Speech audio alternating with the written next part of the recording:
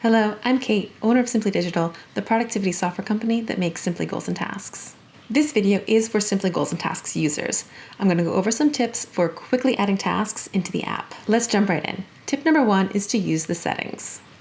Here in Settings, there is a whole section for what the default values should be when you open that new task screen. Now, when I was planning this video, I wanted to walk through each of these and how they work, but that got too long. This video is 3 quick tips, and that wasn't quick. So I'm going to make a separate settings walkthrough video. It might even be published by the time you're seeing this. And I know that sounds really boring walking through settings, but the reason I had to cut it from this video is there really is a lot to say.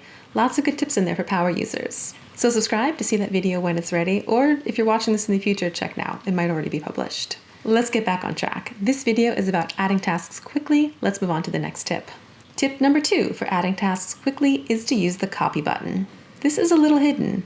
Open any task and there's that 3-dot menu in the top right. This is where you can flat out delete a task if you want it completely gone, not just marked canceled.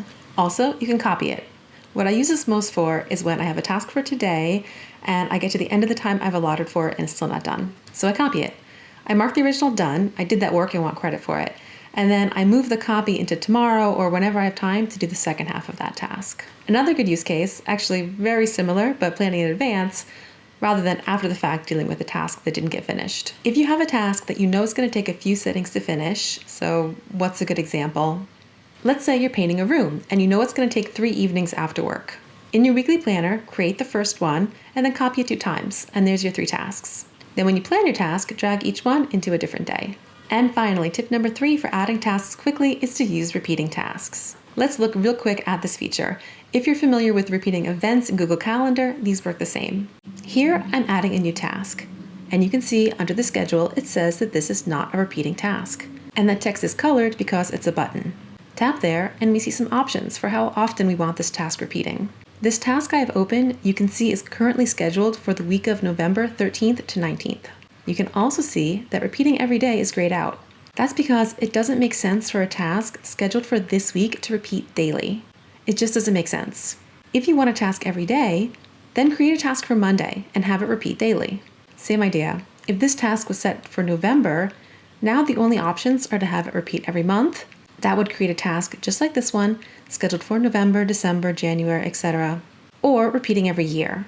That would create a task just like this one in November this year, November next year, and again the year after that, etc.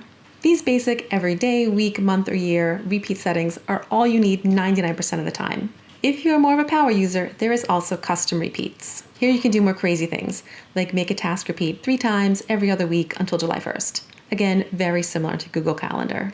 Custom repeats is a paid feature. Everything you need to run your life out of Simply Goals and Tasks is free, but we do need to keep the servers running, so we charge for the nice-to-have features for the power users.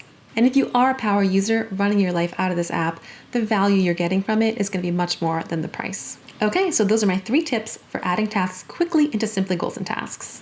Go into Settings and customize the defaults, use the copy feature to make a few duplicates, and use repeating tasks to create lots of duplicates scheduled out at intervals.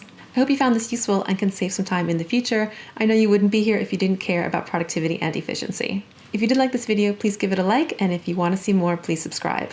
Both support this channel and are appreciated. And I'll see you next time.